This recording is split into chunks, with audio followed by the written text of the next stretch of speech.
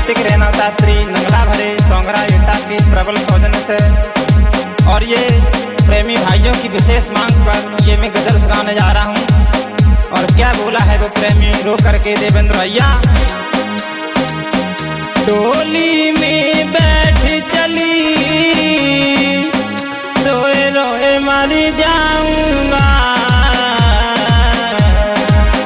मेरा दिल तूने तोड़ दिया अब नहीं जी पाऊंगा, मेरा दिल तूने तोड़ दिया अब नहीं जी पाऊंगा।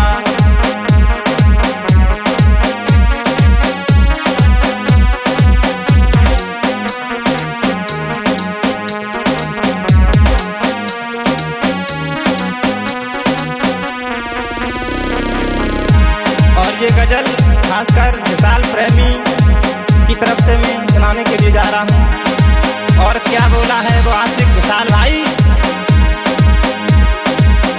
डोली में बैठ चली रोए रोए मर जाऊंगा, मेरा दिल तूने तोड़ दिया अब नहीं जी पाऊंगा, मेरा दिल तूने तोड़ दिया अब नहीं जी पाऊंगा।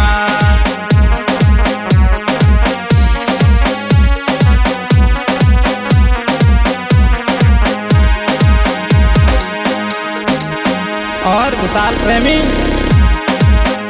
तेरी खातिर जानू परिवार भी छोड़ दिया, तुझको इतना चाहा फिर भी दिल तोड़ दिया।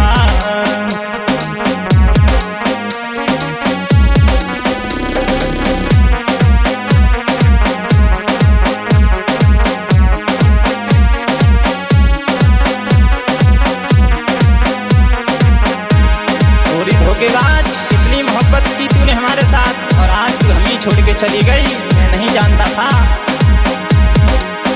मैंने कौन खता की नी, मैंने कौन खता की नी जो हमें सताया है, शादी करके तूने अब हमें रुलाया है, शादी करके तूने अब हमें रुलाया है।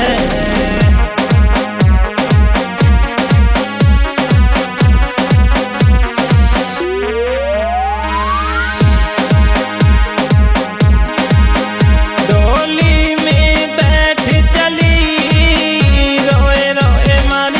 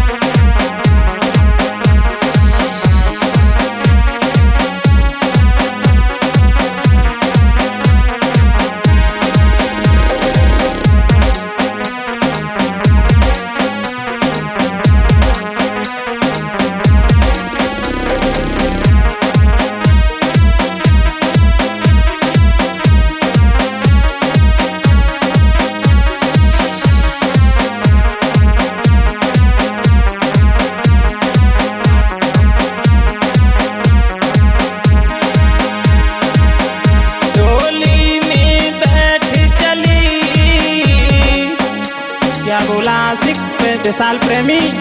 टोली में बैठ चली रोए रोए मर जाऊंगा, मेरा दिल तूने तोड़ दिया, अब नहीं जी पाऊंगा।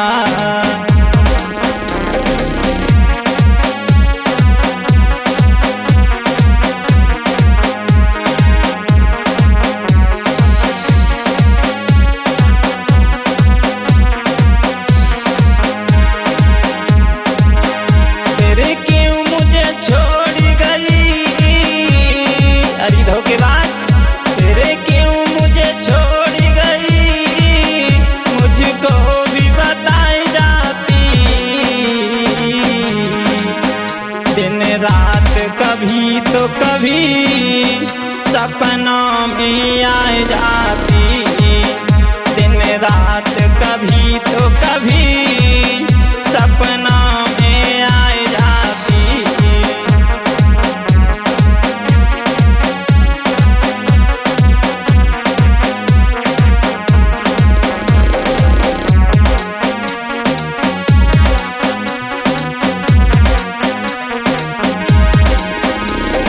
गजल के लेखक हैं ऋतिक रैना, नंगला भरे सोंगरा ईटा की तरफ से। और क्या बोला है वो रोकर के प्रेमी देवेंद्र भैया। तूने बात करी हमसे वो फोन भी तोड़ गई, अब फोन भी कैसे करूं, मुखड़ा ही मोड़ गई।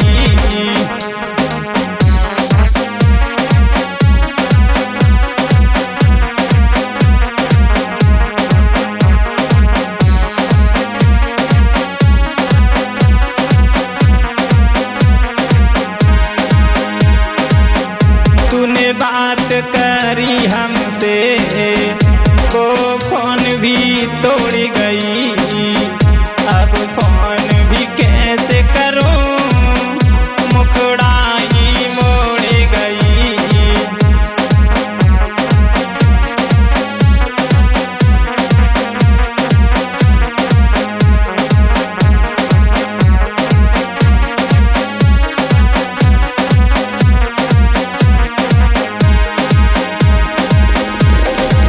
देवेंद्र भैया अब वो मोहब्बत नहीं है, हीर रांझा लैला मजनू श्री फरियाद जैसी मोहब्बत नहीं है।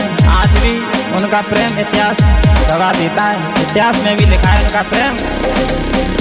नंबर ही दे जाती पूरी धोखेबाज, नंबर ही दे जाती, इतना क्यों रुलाती है,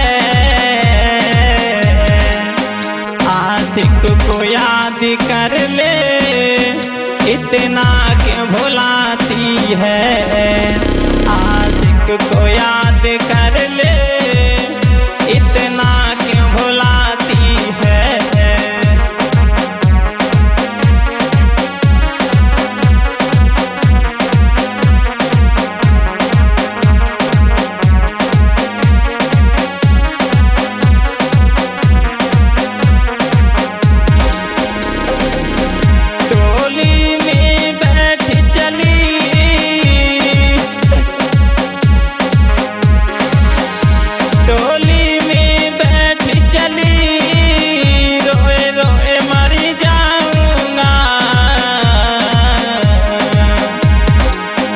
मेरा दिल तूने तोड़ दिया, अब नहीं जी पाऊंगा, मेरा दिल तूने तोड़ दिया, अब नहीं जी पाऊंगा।